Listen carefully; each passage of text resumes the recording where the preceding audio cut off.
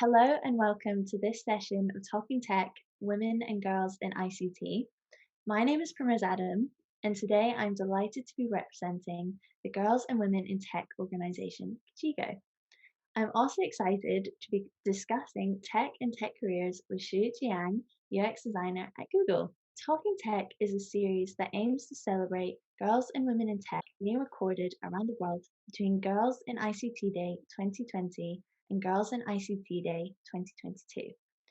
Girls in ICT Day is an international day marked on the fourth Thursday of each April, this year landing on the 22nd of April. The objectives of Girls in ICT Day are to help to create a global environment that empowers and encourages girls and young women to consider studies and careers in the growing fields of information and communication technologies. The Talking Tech series is brought to you by the ITU, the UNICC, and the Office of the UN Secretary General's Envoy on Youth, and is in support of Equals, the global partnership for gender equality in the digital age. Kijigo is pleased to be a partner on this session today. So, moving on to some of the goals of this series. One of them is to interest and inspire girls and younger women with information about a range of ICT careers that can be had. Another one is bringing before a broader audience some of the role models in tech and share information about career journeys and work. Lastly, to provide girls and young women in tech with the leadership opportunity to represent and promote tech organizations with which they are involved and promote it to a broader international audience. To kick this session off, I'm going to first start introducing Kijigo.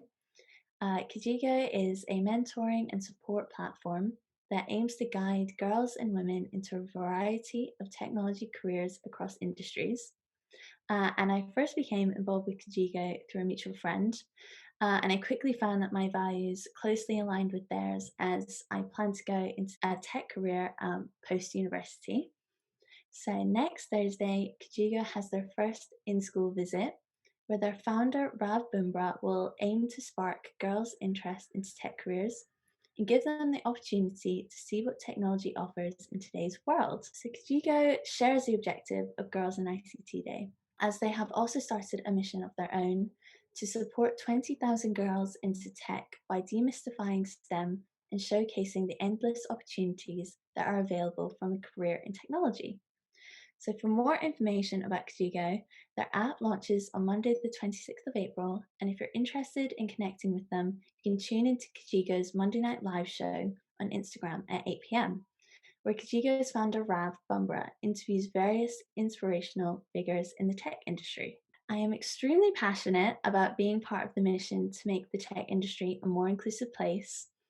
And I'm very excited today to have the opportunity to have a conversation with Jiang, a UX designer and leader at Google based in San Francisco.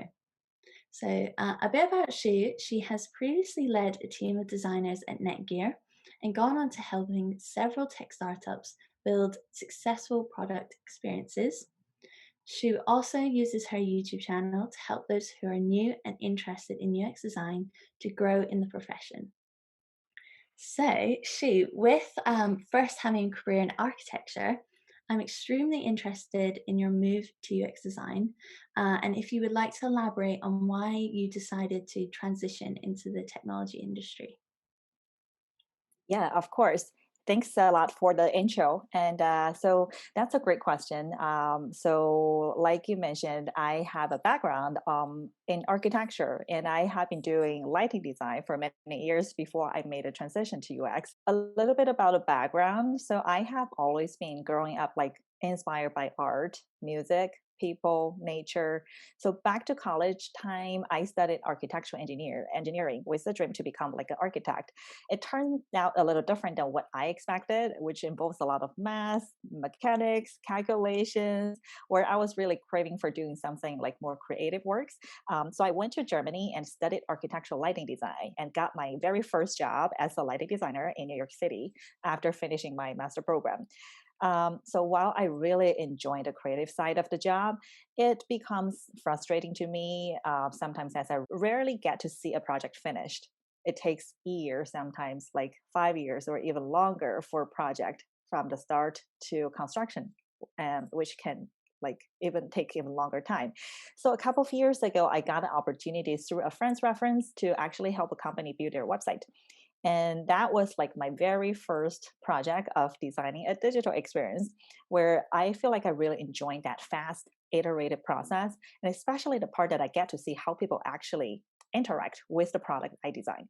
So since then, I started my transition to UX and, or you call like maybe digital product design. Yeah. Okay, cool. Do you think UX design sort of encompasses all the positives of architecture without the sort of negative bits that you didn't really like about it? Was that Yeah, I think it's very different actually. Like a lot of things I learned in the architecture world still I think very helpful to me when because you're solving a problem. On the other hand, you're solving like in the architecture side, you're solving problem in a physical space where here is digital experience. Um, but on the other side, the actual working process is very different. I feel like the reason why I choose UX probably it's a profession. I think it provides me opportunities to use my knowledge, creativity to solve like problems in people's everyday life. And meanwhile, it's a job allow me to like really understand people's behavior. Like did my design actually solve their problem? Like by running, for example, user research, testing, like if you find out sometimes which happens a lot like you will find out something doesn't quite work as you expected and you need to adjust and iterate the design so you become like very humble in the process because you have to continue observing learning and rethink about your work so your role is not quite like leave a signature piece that people might wow at but more of continuously think about it, solve some tangible problem in people's life. So that's the part I think is really fascinating to me. okay, great. So with your transition into UX design, how did you sort of manage to keep a good work-life balance? Um, That is a great question. I think I'm still learning. Honestly, this is, I think, a topic probably a lot of us share in common. Because, yeah, on one hand, I became a mom about 2 years ago. And while I'm dealing a new job, at the same time, there are so many things going on, both in my professional career and my personal life. It's really hard, I think, without a focus and I have had struggles with like burnout in my past job, which makes actually both my work and life miserable. So I think, gradually learned there's a couple of things. Number one, I think can really help is to focus on the most meaningful part in your life and learn how to say no when you need to. Like you have to determine like what you care the most and how you apply your energy in the ways that ultimately bring you the greatest rewards. Otherwise, you are just gonna likely end up stretch yourself too thin. So the other tips, I think more on a practical side, is on your schedule. I think I read it in a book. It says if you don't plan your day ahead, somebody else will. And as I think as you grow in your career, your impact, your responsibility will all grow. And your day will just becomes more busy naturally. And I think now I have very often like come into situations my day will be looks like the week will be booked with all kind of meetings but I decided to like take more of a proactive approach like I need to understand if I decided to say yes to a meeting I need to understand first what is the goal of the meeting and what's the value I can contribute there like is that something I have to attend a meeting to actually give that input or something can be handled offline so and also as a designer collaboration is very important but at the same time you will often need heads down time to actually get into the deep thinking mode so I tend to like just block time on my calendar for to protect my heads down time so I can actually get into the deep thinking mode to tackle those design challenges. Actually, there's a book I love. It's called Essentialism, The Disciplined Pursuit of Less by Greg McKeown. It's really helpful. I think it talks a lot about making choice intentionally and being aware about what's happening inside and outside of yourself. So highly recommend it if you're interested on this topic. yeah, no, that sounds great. And it sounds like a lot of sort of maintaining the work-life balance is all about like making sure you know your priorities and sort of Exactly. planning, yeah, what is the most important thing that you need to do that day, getting that done, and then if you don't get to the minor things, then that's okay. Yeah, yeah. Yeah, it's often when people building or getting into the career, like for example, the first job, it's very easy to hard to say no because you want to help. You're new to the space, you feel so much passion and want to work on things and learn things. But at the same time, if you like try to switch the attitude of like when there is a fire or urgent things going on, there are always going to be things like that coming up every day. But if you focus 100% your energy on that, you will forget about actually what's the most important. So try to, I think, focus on what's the most meaningful, important rather than urgent. Is a mindset that I think I learned in the past few years. Yeah, okay. I haven't thought about it in like that way. That like what's the most meaningful. So that's interesting. Yeah. So which of your personal traits or your soft skills do you find are most applicable to UX design? Hmm, Okay. that's a great question. Mhm. Um, I think probably my positivity and open mind, especially open minded, is maybe part of my background. I was growing up in China. I studied in Germany, lived in Europe before I moved to New York for my first job. And now living in the Bay Area. So I feel fortunate that I get to learn about many different culture, and I truly embrace the difference and uniqueness in each of us. And comes to work as UX designer, a critical part of my job is collaborate with different team partners. Sometimes it's product managers, sometimes it's engineers, sometimes it's data scientists or management. People in different roles, background often have very different ways of thinking, Mhm. Yeah. and they will bring in different perspectives, and a lot of time it's disagreement. So but when I work with others and have someone disagree with something or conflict opinions, I think I tend to be very comfortable at opening up the question, digging deeper, understand why, and like what's the rationale behind. So it really helps me, I think, in collaboration with others and building trust with my work partners, and eventually drive like successful project outcome as a team. Yeah. Okay, cool. Okay. Do you think there was anything that like kind of surprised you about being a UX designer in that you sort of had to be like, oh, I need to work on that for myself to sort of work more effectively in this role? Or One thing, it's like a nice surprise actually, is I used to think UX needs to produce very beautiful, high polished visual works before I actually kept come into UX. And then I actually like as I became a UX designer and get more experience, I started to appreciate more the low fidelity like work, like just hand sketch or sticky notes. That becomes like um, turn out so much valuable before you actually get into the mode of produce the hi-fi final solutions, because it's a lot of the time it's actually spending on thinking. And when you work with your team partners to quickly generate idea and share your thoughts, um, we spend a lot of time just in front of a physical whiteboard and there's nothing pretty. It's really just thinking out loud and try to figure out the flow, like what's the problem. And there was one time like we were supposed to do like a remote testing, user testing with a clickable prototype. And when the researcher and I get into the testing lab in the morning, there were some technical difficulties and the clickable prototype just doesn't work. So we were like in a panic mode because the user supposed to come in like within an hour, like for that study. And so it's like, okay, what we do, and we ended up actually, why don't we just print out those the screens like black and white paper and cut it like in one by one, because we're trying to test an onboarding flow, and the goal of that testing is not actually for usability; it's more of a foundational study.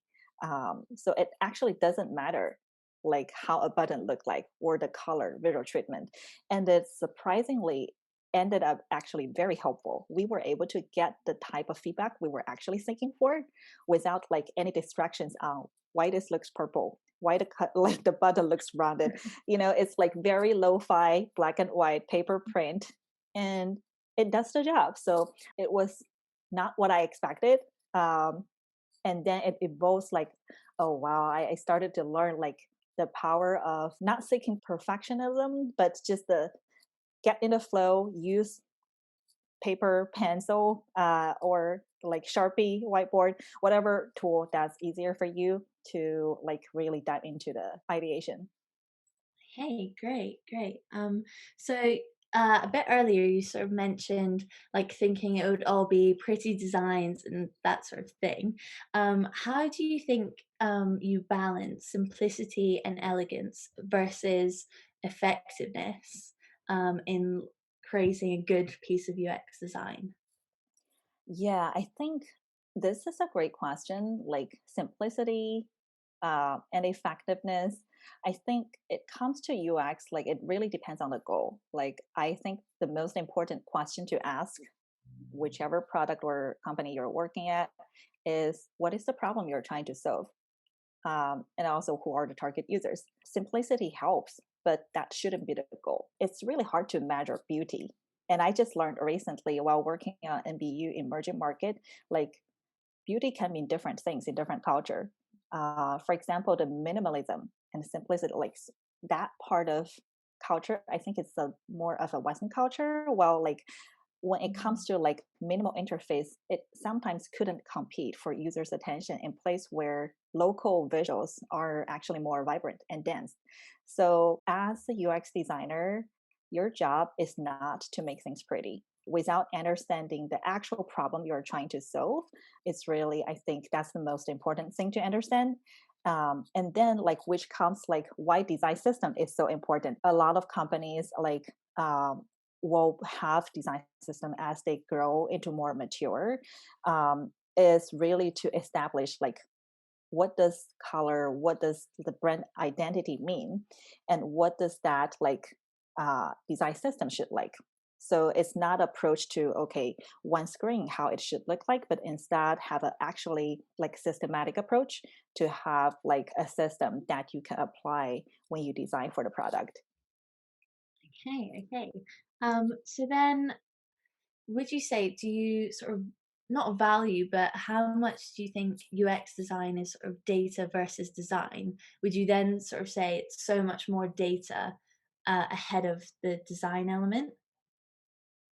Yeah, that's a great question. So, data is definitely a very important part, I think, for working as UX designer. You need to be able to understand and using data to help you make design decisions. But on the other hand, I think data is not everything. Like, which is why in like user research, there are quantitative research and qualitative research, where the quantitative research usually is more focused on data while the qualitative research is more focused on people, like it's often done in interviews, because like we need to understand the why behind the surface. Like for example, I'm just making up this, um, if data shows like if we're designing like some type of onboarding experience, the data it tells like yes there is some problem with this onboarding experience, but it doesn't tell you what is the exactly is the problem. And to understand deeper like why users are dropping off, that's where you need to understand more, dig deeper, use different ways beyond data to understand the reasons Yeah. behind. Okay, that's actually interesting because I know like with a few of my university courses, with some of my modules, they really get us to just keep saying why. Like why do people feel this way or do this? So it's we always like I found that I in some of my modules are already having to go through that process. Yeah, Which is interesting that it's such like a simple thing, but it's so important. it Um, is. Yeah, yeah. there is like a five why process. And research is if you are given any answer and continue ask why for 5 times for whatever answer you get, you will be able to dig out so much more. Okay. Yeah. Yeah. Okay. Yeah, that makes sense. So then, do you find in UX design that people tend to stick with doing like the research for a project, or doing the design for a project, or do people sort of mix and match and do both? What do you think? Yeah. I think it's sort of depends on what kind of or what size of company. Like if you're talking about startup, there might be one person doing everything from doing research to like visual to prototype. So wearing many different hats. Just because the company is in a very early stage, there's no way to hire like many different roles. But as like you switch and look into like bigger size companies, it tends to become more of a distinguished functions. There will be research team and there will be design team. There's visual design, which is also separate from UX. And so the job functions becomes more of a collaboration than you being the one doing everything. I have seen like people switching between like from design to research or research to design. I can't really, I think, say it's not, I don't think it's a lot, but I see it happens. Depends on the path they're seeking for. Hey, great. I've been excited to ask you this question. So what is the one piece of advice you would give someone if they had an interview at Google? Ah, okay, yeah. So if anyone have an interview with Google, um, I think the one piece of advice I would give to you is be human. I have been interviewing a lot, like from the hiring manager side, like involved in the interviewing process, talking to design candidate. Um, and I realized when you come to those interviews, sometimes you, like most of the time, you are already very well prepared. And especially when you get to presentation stage, like sometimes it feels like if somebody is just reading a script or like too prepared, it started losing that sense of authenticity. And I think I read this in Seth Godin's blog. He said something like the reason you're giving a presentation and not sending us a memo is that your personal presence, your energy, and your humanity and value, don't hide them. And I think this is every time if I find like a speech or presentation is so well done, is something unique and authentic about the speaker. So I think for folks who are getting like maybe getting an interview at Google, make it a conversation and be human. I think you will be evaluated, like comes to the interviewing process at Google, you will be evaluated from many different perspectives, more than just your design craft and hard skills. You will be evaluated from like, for example, your strategic thinking, your leadership, how you solve problem, how you work with others. So prepare to have a conversation as a real person and be very authentic and be human. Hey, I think that's such a good piece of advice because I think that's the one thing everyone forgets when they go into a job interview is that they forget to just sort of take a breather and relax and just be Yeah. themselves. Yeah. Yeah, exactly. It's a lot of stress for sure, like involved in interviews. But at the end of the day, the way I say interview is not like the goal, the outcome, like in the mindset, is not to get to the next round of interview or get an offer. This is something I learned when I was actually looking to make my career transition into UX. I have a fantastic mentor, and she told me, you're just going there to have a conversation and to learn a bit more about each other. Like eventually, if something work out, it has to be a mutual fit. It's not only you're looking to get offer, but you also have to feel good about this company, the people you're meeting with. And so it's really might switch to me. That shift your pressure off. Like you're just there to have a conversation to find out more. That's it. And so it's less of outcome driven, also helpful to get relaxed a bit more. Yeah. No, I love that bit of advice actually. Yeah. Yeah. So, with along the lines of advice, I know that you use your YouTube platform as a way to offer advice about careers in UX design. So, I wanted to ask you a bit more about what sort of videos you really like to make. Yeah, sure. I started my YouTube channel last year. Since the COVID situation started, my first few videos are actually about recipe, but actually it started evolving to become sharing UX interview tips. Reason behind it is really, with the COVID situation, I think I heard a lot of good designers or students are having a really hard time to get their first job or internship. And personally, I have been through like several up and downs in my career, like have received a lot of help from others. So I really wanted to just do something big or small, whatever I can do to help students and aspiring designers through this challenging time. So I started doing like free mentorship out of work, and it started getting really popular and booked out like a month away. So I was like, actually, there are a lot of common struggles and questions. Why don't I just make some videos so people don't have to wait another month to have a one-on-one chat with me, and they can learn from those like videos. And so most of the content I share is really around like how to prepare for your interviews, also portfolio reviews. Like portfolio is a huge miss. Like sometimes people try to spend like way too much time, half a year or even longer, try to get the portfolio ready, but you really don't have to. So, and another side is design critics, like whiteboard challenge, app critic. Those are all like can be part of the UX interviewing process, part of the design challenge. So those are the main things I share on my channel. Just want to mention it's like, yeah, it's Yobi 321, YOBI 321. If you're interested, like feel free to check it out. I'm always like love to hear if you have any thoughts, comments, or other things, topics that might be helpful for you. Yeah, it sounds great. It sounds great. As well, so have you always found you had like a passion for like making videos, or is this something that you just kind of started randomly because you had free time? Like, what sort of drove you to set it up? I think it's something kind of because of my new job. Like I started working at YouTube as a UX designer last year, and video is a whole new thing to me. Like I watch video as a consumer all the time, but I haven't really produced any video, and I want to understand, okay, how does it work? Like because for YouTube, like the user is not only viewer, creator is a huge part of it. So I wanted to really understand how does the experience feel like, is what are the pain points. Also video is something I think I always feel like I love films, like the artistic side of like creating films, paintings, and videos to me like is something I've never tried. So it feels really exciting to try something new. But honestly, the first few video I feel so embarrassed looking at it because like I can't even speak like a full sentence with no interruptions.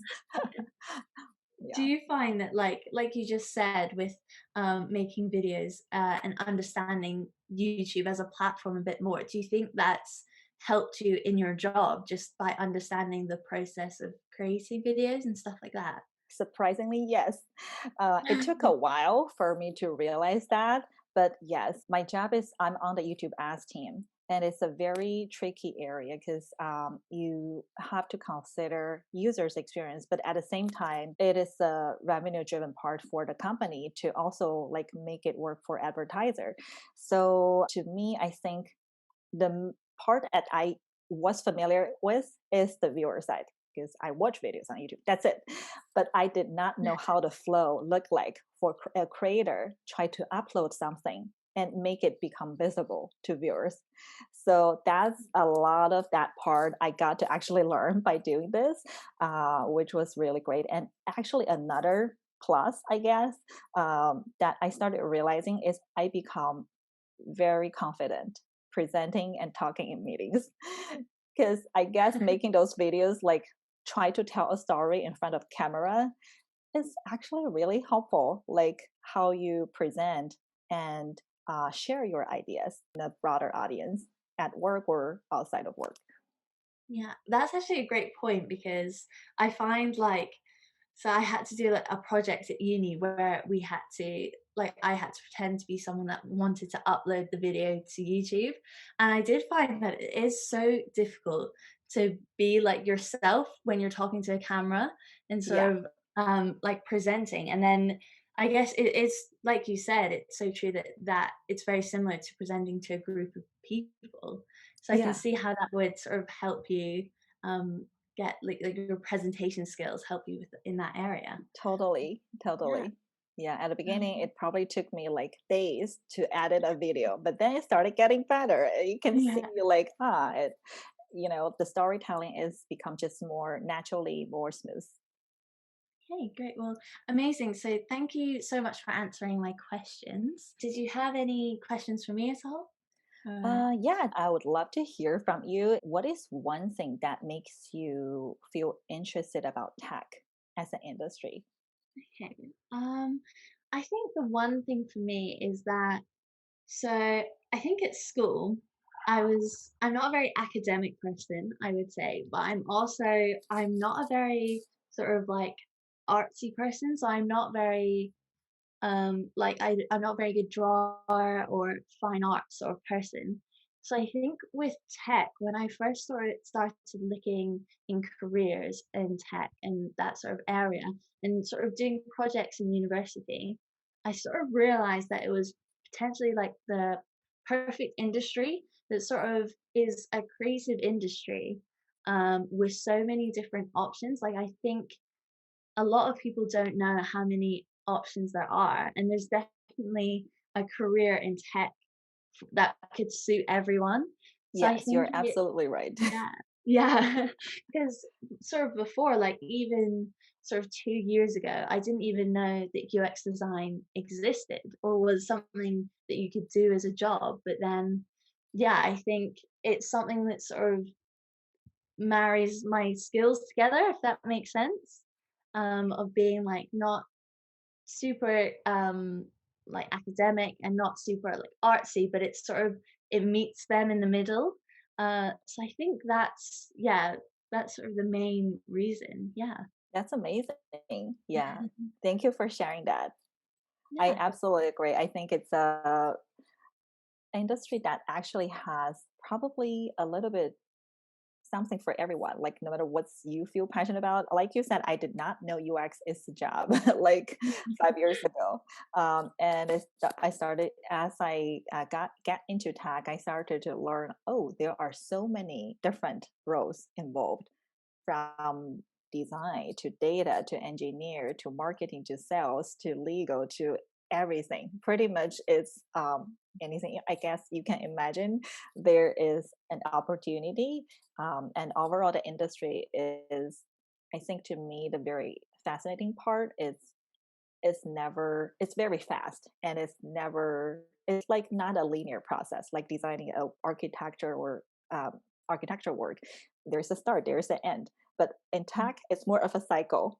Like even if you launch something, it's not done. You will find out something doesn't work or something you can make it even better, and then how to improve from there. So yeah. Yeah, no, I completely agree. So yeah, I mean, I think that wraps up our session for today, for talking tech, women and girls in ICT. So thank you so much for your time, Shi. I've loved talking to you, and then thank you so much for everyone that's watching this right now. Yeah. Awesome, thank you so much for having me. It's such a pleasure talking with you.